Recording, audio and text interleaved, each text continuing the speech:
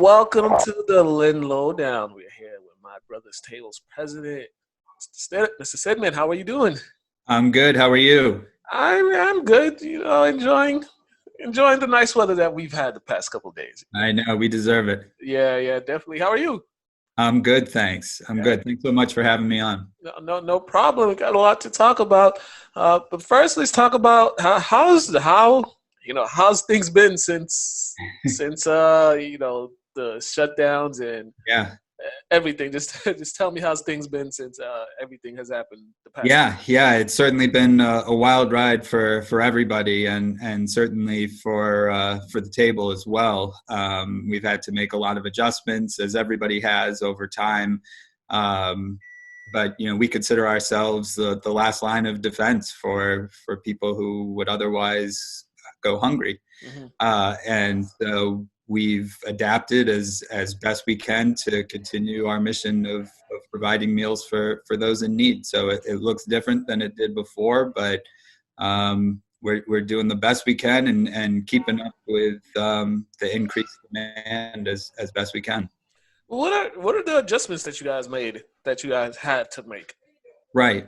So, well, most importantly, we closed our dining room. That which is really unfortunate, because that was, you know, in addition to just giving meals, it was a place where people felt a sense of community and belonging and could sit and talk to people.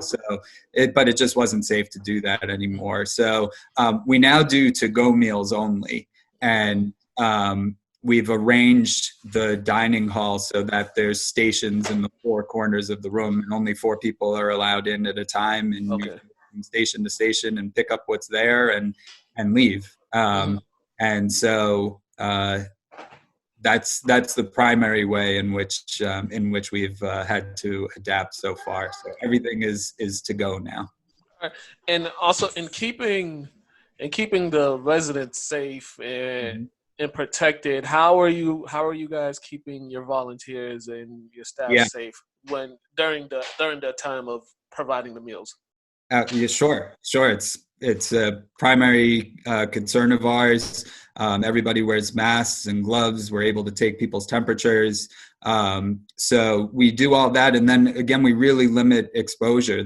Things are very spread out in the dining hall right now, and so nobody's standing close to people. It's not like where they used to stand in line and we would hand out food. It's not like that anymore. So we have protective equipment and physical distancing that allows us to do this in a safe way.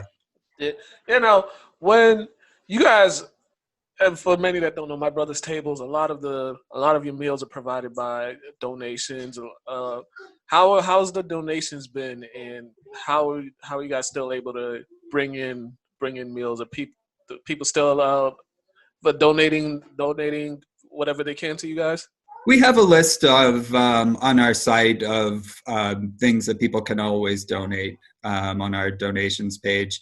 But people have also been helping in other ways. They've been supporting us financially, which has been a huge help, because we haven't been able to do a lot of our fundraisers, which were in-person events. Yeah. We have a social media campaign going on, and people have been really supportive that way as well. So we have an active and energized base and of volunteers and supporters, and we're just finding new ways for them to connect. But we've been really touched by the outpouring of support in this time. Yeah. Correct me if I'm wrong. Did you guys had your big fundraiser before everything happened? Well, our biggest fundraiser of the year historically has been our summer party, which would be Mhm. coming up in August, and we'll have to see how that plays out. But we have a number over the course of the year. Unfortunately, the one that got affected was our founders celebration, Yeah, where that was the one I was thinking of. Yeah. yeah, which is probably my favorite event, because we highlight different people who have just a wonderful connection to the table, and we had some really great honorees this year, and we will find a way to do that in another form. But yeah, we did have to postpone that Oh, because okay. of the virus. Okay. Yeah. And And you guys also always have many volunteers, and I know right now you guys are doing a call for more volunteers during this time. Mhm. Just tell me about that, the need for volunteers and why it's so important for you guys to have volunteers to keep everything moving. Yeah. So we have, we're very short staffed right now, and normally volunteers is something we're hardly ever looking for. We have thousands of volunteers every year that help us keep our place going. But obviously, people have to make decisions about how to stay safe, and we want to make decisions too about how to protect the safety of our guests, of our staff, and of our volunteers. So it's the ways that people have been supporting us. We do need volunteers who are healthy and low risk and willing to spend some time setting up the dining hall if people are willing to do that. We have a very small number that we do that, and we do that in a very safe way. Financial donations are another critical way to support us, because the to-go meals require us to use supplies that we otherwise wouldn't have used before. We used to serve food on dishes, and then we'd wash them and reuse them. Yeah. But now everything's to go, and so those costs are up. So financial donations are huge. And then we've also been really made it a point to connect with people on social media so that they can feel connected to us that way too. And even volunteering by following us and interacting with our social media is a huge help to us. And actually, people have found really creative ways to volunteer that way. We highlighted this past week some fifth graders who sewed masks that they then sold and gave the proceeds to the table. We've had people do birthday fundraisers and all sorts of different things. And we're just so fortunate to have such a strong supporter base. Now, are you guys at this time limiting the amount of volunteers that you can have in the building, or is it first come first serve? Yeah, we don't have a strict number, but we are trying to keep it on the smaller side and in a safe way. But we do need help. And sometimes that is in the preparation of the dining hall. Sometimes it can be, for people who know the table well enough, it might be just being able to answer the phones for a little bit that will help some of our other staff do some other things. So there are some different ways that people can help, even though we have a reduced number. Now, are the hours still the same, or have you guys adjusted the hours at this time? So that's another thing that we have changed, is that, and there's also safety implications here, is that we extended the hours for lunch from 12 to 4. So that way, not everybody has to rush to get there at the same time. You can come at any time during those times. And we've also allowed people to take meals for friends and family and things like that. And then we have dinner until 6 after that. But some of the people who might come later in the afternoon for lunch won't necessarily come for dinner. And so these are ways that we've used time to space things out and create a safe environment as well. Yeah, that's definitely a great thing. And now, have you seen a dip or a rise in the number of residents that come in for a meal, or is it still quite the same, or not that much of a change? A lot more. Okay. Yeah, there's no question. We're doing now, well over 500 meals a day, and supporting a lot of other organizations that need our help as well. So definite increase, which is not surprising given the high unemployment rates. We're definitely seeing the uptick. We tend to see those things first before people know what's going on. We see the impact first. So definitely there's an increase. Yeah, because when this first breakout, we had so much people rushing to grocery stores, and grocery stores for a while were just empty shelves. They were just, I think they were caught off guard with the amount of things that people were coming to get. So that's why I would imagine more people would go to my brother's table, because they can't buy stuff at the grocery store. Well, some of it was that, and then it also affected us when the grocery stores, didn't have bread, because they used to give us bread that had been on the shelf for a while and that they would have otherwise removed, and that was just a free donation, and so things like that have interrupted our food supply some. Yeah. So now that you guys are so, I know you guys have been doing this. We got Salvation Army, they're doing their food pantry. There's the church that's St. Stephen's Church, they're also doing their food pantry.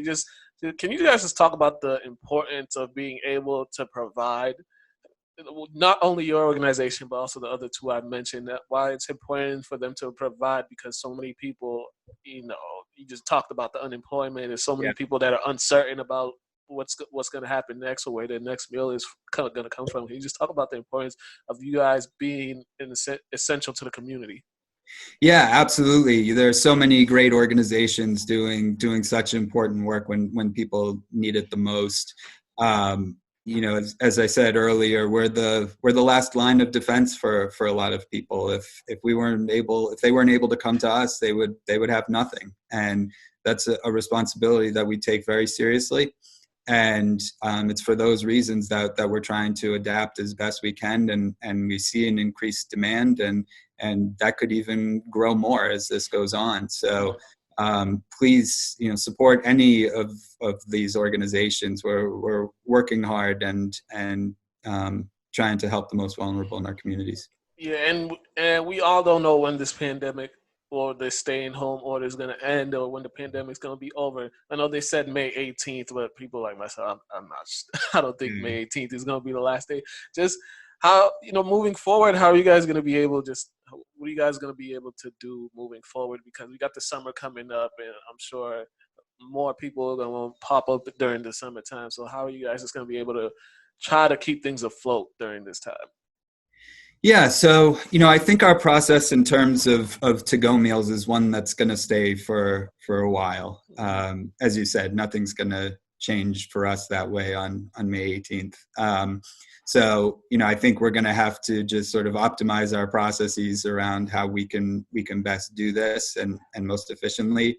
We're going to have to continue our fundraising efforts to support the increased costs and demands that we have.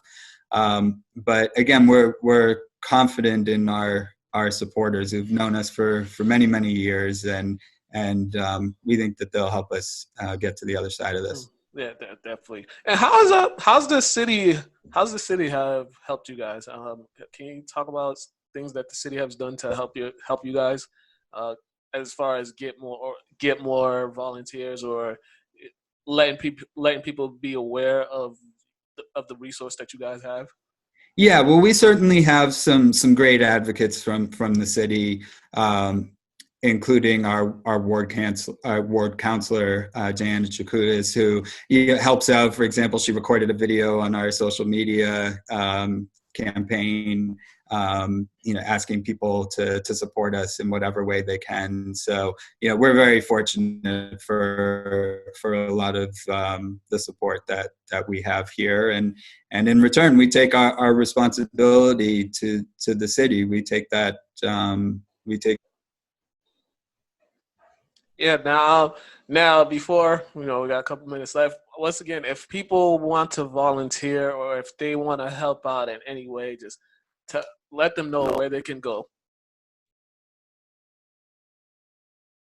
Sure. So the best bet is our website, mybrothers.table.org. We have a new website, so you can get all the information that you need on there. We need people who, again, feel that they're healthy and low risk and willing to help out in some way to volunteer. We need the financial support to help with our increased costs and to help keep us going that way, and to be able to follow us on social media and share our posts and help get the word out to a broader base even about the work that we're doing. Yeah, and volunteers too. If anybody wants to volunteer, make sure go down to My Brother's Table. If you got the time, go down, help them out. It's great for the city, and you guys continue to do the great work, and we'll always be here to support you guys. Thank you so much. I really appreciate that. All right, thank you, Mr. Sidman. All right. All right, you guys have been watching the Lynn Lowdown. It's My Brother's Table President Jason Sidman. You guys have a great day.